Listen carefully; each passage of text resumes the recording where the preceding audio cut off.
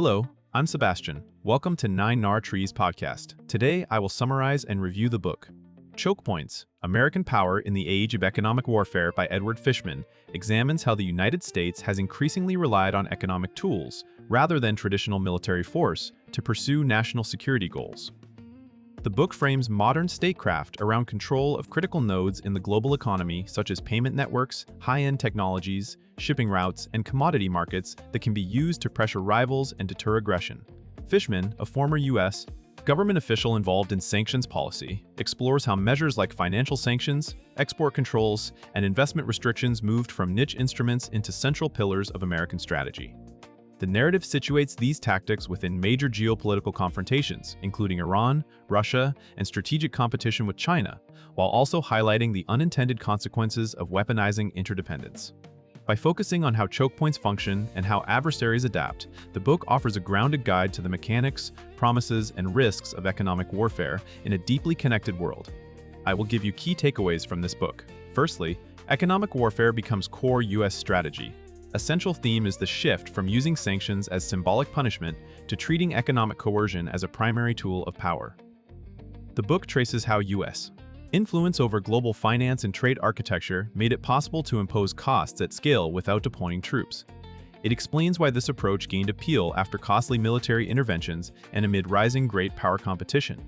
Fishman emphasizes that modern economic warfare is not just about tariffs or embargoes. It is about shaping incentives and constraining capabilities by targeting what a state needs to fund itself, acquire technology, and access markets. The discussion highlights how policymakers choose between broad measures that can destabilize whole economies and targeted measures aimed at elites, key firms, or strategic sectors. It also clarifies how these tools depend on credibility, intelligence, and careful calibration, because overuse can reduce effectiveness. By presenting economic power as a form of statecraft with its own doctrine, the book helps readers understand why economic actions now often set the tempo of foreign policy, and why debates over sanctions and controls are really debates about how the United States should lead in an interdependent world. Secondly, financial chokepoints and the leverage of the dollar system. The book explains how the U.S. role in global finance creates outsized leverage, especially through the dollar, correspondent banking, and regulatory reach. It shows how restricting access to the U.S. financial system can become a powerful deterrent because most international trade and investment flows touch dollar clearing at some point. Fishman examines the logic of measures such as blocking sanctions, secondary sanctions, and anti-money laundering actions, which can isolate targeted actors by making global banks and companies fear losing access to U.S. markets. This topic also addresses the operational realities behind financial pressure, identifying networks, coordinating with allies, and ensuring enforcement is credible. At the same time, the book highlights strategic trade-offs. If financial sanctions become routine, targeted states may invest in alternative payment channels, build reserves differently, or deepen ties with non-aligned partners.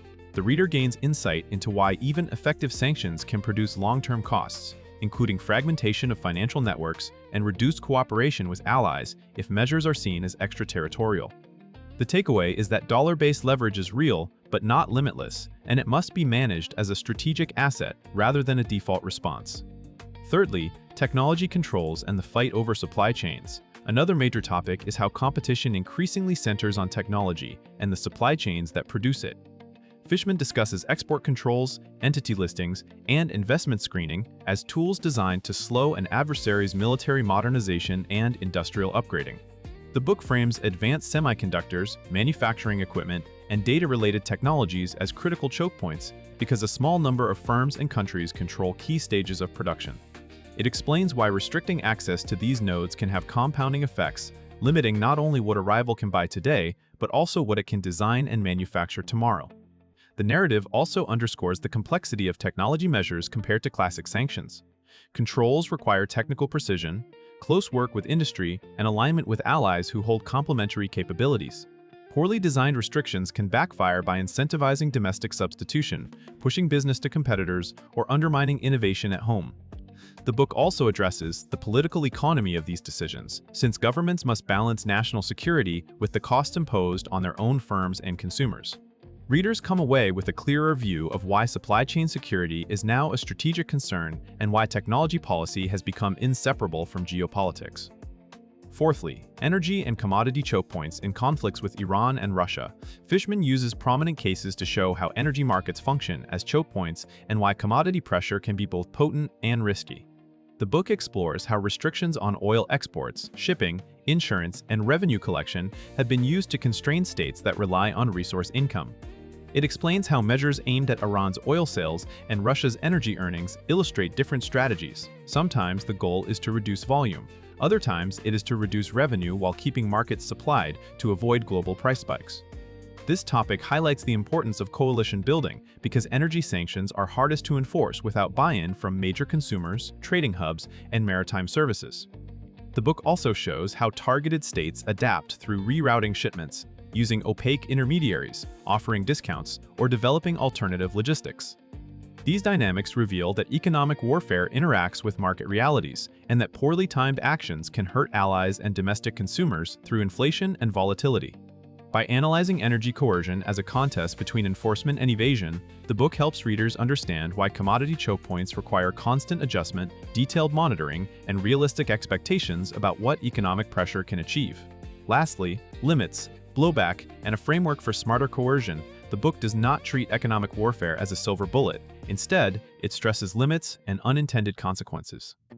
Fishman outlines how overreach can encourage rivals to reduce exposure to US-controlled networks, deepen alternative blocs, or harden political resolve. He also addresses humanitarian and ethical concerns, including the risk that broad restrictions harm civilians more than decision-makers, and the challenge of crafting exemptions that work in practice. Another constraint is ally coordination. Unilateral pressure may be leaky, while multilateral pressure demands compromise and shared objectives. The book suggests that effective economic statecraft requires clear goals, credible off-ramps, and metrics for success rather than open-ended punishment. It also highlights the importance of domestic resilience, since coercion can trigger retaliation or supply disruptions that rebound on the initiator. The discussion encourages readers to think in terms of strategy, choosing the right choke point, sequencing tools, communicating intent, and planning for countermeasures. The result is a pragmatic framework that treats sanctions and controls as instruments that must be integrated with diplomacy, intelligence, and industrial policy, with constant attention to second-order effects. In conclusion, this book is best suited for readers who want to understand how global finance, technology, and trade have become battlegrounds, policy professionals, business leaders, investors, journalists, and students of international relations. It is also valuable for general readers trying to make sense of headlines about sanctions, export controls, and supply chain disruptions, because it explains the mechanisms behind these tools and why they sometimes work, sometimes fail, and often create ripple effects. The practical benefit is a clearer mental model of how power operates in an interconnected economy. That perspective can improve decision-making, from evaluating geopolitical risk and compliance exposure to understanding why governments prioritize certain industries and alliances. Compared with many books that either celebrate sanctions as clean alternatives to war or dismiss them as ineffective, Chokepoints offers a more operational and balanced treatment that foregrounds trade-offs, enforcement realities, and adaptation by targeted states. Its emphasis on Chokepoints provides a coherent lens for linking disparate policies into one strategic picture. For readers seeking a grounded guide to economic statecraft in the 21st century, it is a worthwhile purchase and a strong complement to broader works on geopolitics and grand strategy. If you would like to support Edward Fishman, you can buy the book through the Amazon link I've provided in the podcast description. After reading the book, please let me know what you think and share your thoughts. See you around.